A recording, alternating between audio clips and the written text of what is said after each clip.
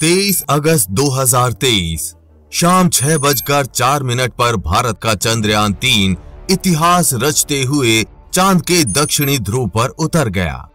अब हम दक्षिणी ध्रुव पर उतरने वाले पहले देश बन चुके हैं, लेकिन ये इतिहास कैसे बना, ये आपको शायद अभी तक किसी ने ना बताया हो।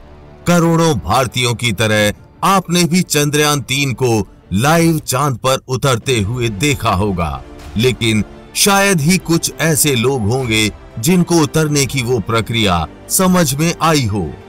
चांद पर उतरने की कैलकुलेशन निर्धारित कैलकुलेशन से थोड़ी अलग भी रही। एक बार चंद्रयान 3 को अपना रास्ता भी बदलना पड़ा और भी काफी ऐसी चीजें थी जो आखिरी के 17 मिनट में कंप्यूटर ने तय की, जो कैलकुलेशन से अलग हुई। रियल टाइम में चंद्रयान 3 के उतरते वक्त क्या क्या हुआ, चलिए आसान भाषा में समझने का प्रयास करते हैं। जब लाइव में इसरो वैज्ञानिकों ने सूचना दी कि अब लैंडिंग शुरू होने वाली है, लोग आतुरता के साथ इसरो की स्ट्रीमिंग से नजरें भी नहीं हटा रहे थे। जिन चार्ट्स और ग्राफ्स को सिर्फ साइंटिस्ट समझते हैं, उन्हें देखकर लोग समझने की कोशिश कर रहे थे कि आखिर हो क्या रहा है। जब चंद्रयान 3 की ऊंचाई चांद की सतह से 30 किलोमीटर ऊपर थी, तो शुरू की गई थी चांद पर चंद्रयान 3 की लैंडिंग। जहां चंद्रयान 3 को उतरना था, वो जगह चांद की सतह से ऊंचाई में 30 किलोमीटर और हॉरिजॉन्टल 745.6 किलोमीटर दूर था। यानी चंद्रयान 3 को 30 किलोमीटर नीचे जाने के साथ साथ 745.6 किलोमीटर चांद की सतह के साथ साथ यानी हॉरिजॉन्टल भी जाना था। चंद्रयान 3 की लैंडिंग को इसरो ने 4 हिस्सों में बांटा था। पहला, रफ ब्रेकिंग फेज, 30 किलोमीटर की ऊंचाई से 7.4 किलोमीटर की दूरी तक और हॉरिजॉन्टल 713 किलोमीटर। दूसरा, एल्टीट्यूड होल फेज, 7.4 किलोमीटर की ऊंचाई से 6.8 किलोमीटर की दूरी तक और हॉरिजॉन्टल 3.48 किलोमीटर। तीसरा, फाइन ब्रेकिंग फेज, 6.8 किलोमीटर की ऊंचाई से 0.8 किलोमीटर की दूरी तक और हॉरिजॉन्टल 28.52 किलोमीटर। चौथा, टर्मिनल डिसेंट फेज, 0.8 किलोमीटर की ऊंचाई से नीचे सतह तक और हॉरिजॉन्टल 150 मीटर। अब विस्तार से समझने से पहले आप ये समझ लीजिए कि चंद्रयान 3 की स्पीड चांद पर उतरते वक्त 2 प्रकार से थी, एक ऊपर से नीचे की ओर और दूसरा हॉरिजॉन्टल यानी चांद की सतह के समान। अर्थात चंद्रयान 3 तेजी से नीचे उतरने के साथ साथ चांद की सतह के साथ साथ तेजी से मूव कर रहा था। चलिए अब चारों हिस्सों को समझते हैं विस्तार से। रफ ब्रेकिंग फेज, इस फेज में चंद्रयान 3 को 30 किलोमीटर की ऊंचाई से 7.4 किलोमीटर की दूरी तक चंद्रयान 3 का लैंडर आया, जबकि चांद की सतह के साथ यानी हॉरिजॉन्टल 713 किलोमीटर दूर गया। 30 किलोमीटर की ऊंचाई से ही चंद्रयान 3 के चारों थ्रस्टर इंजन्स भी ऑन कर दिए गए थे। थ्रस्टर इंजन्स इसलिए ऑन किए गए थे क्योंकि चांद पर हवा नहीं है और हवा की अनुपस्थिति में चांद कोई भी चीज हो अपनी ओर तेजी से खींचता है और चंद्रयान की स्पीड सामान्य बनी रहे, इसलिए इनको ऑन किया गया था। 22.6 किलोमीटर ऊंचाई कम करने में यानी 7.4 किलोमीटर तक नीचे आने में चंद्रयान 3 को 690 सेकंड लगे यानी 11.5 मिनट। इस दौरान चंद्रयान ने हॉरिजॉन्टल 713 किलोमीटर की यात्रा की।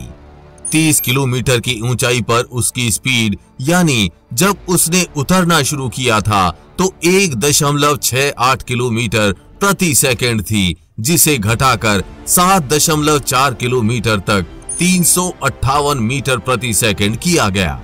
ये गति नीचे आने की थी हॉरिजॉन्टल गति 0.61 मीटर प्रति सेकंड थी। Altitude hold phase. इस फेज में चंद्रयान 3 7.4 किलोमीटर की ऊंचाई से 6.8 किलोमीटर की दूरी तक आया, जबकि चांद की सतह के साथ यानी हॉरिजॉन्टल 3.4 किलोमीटर दूर गया। इसमें उसको समय लगा मात्र 10 सेकंड। इस फेज में नीचे आने की गति 336 मीटर प्रति सेकंड थी। हॉरिजॉन्टल गति 0.59 मीटर प्रति सेकंड थी। Fine braking phase. इस फेज में चंद्रयान 3 को 6.8 किलोमीटर की ऊंचाई से 0.8 किलोमीटर की दूरी तक चंद्रयान 3 के लैंडर आया, जबकि चांद की सतह के साथ यानी हॉरिजॉन्टल 28.52 किलोमीटर दूर गया।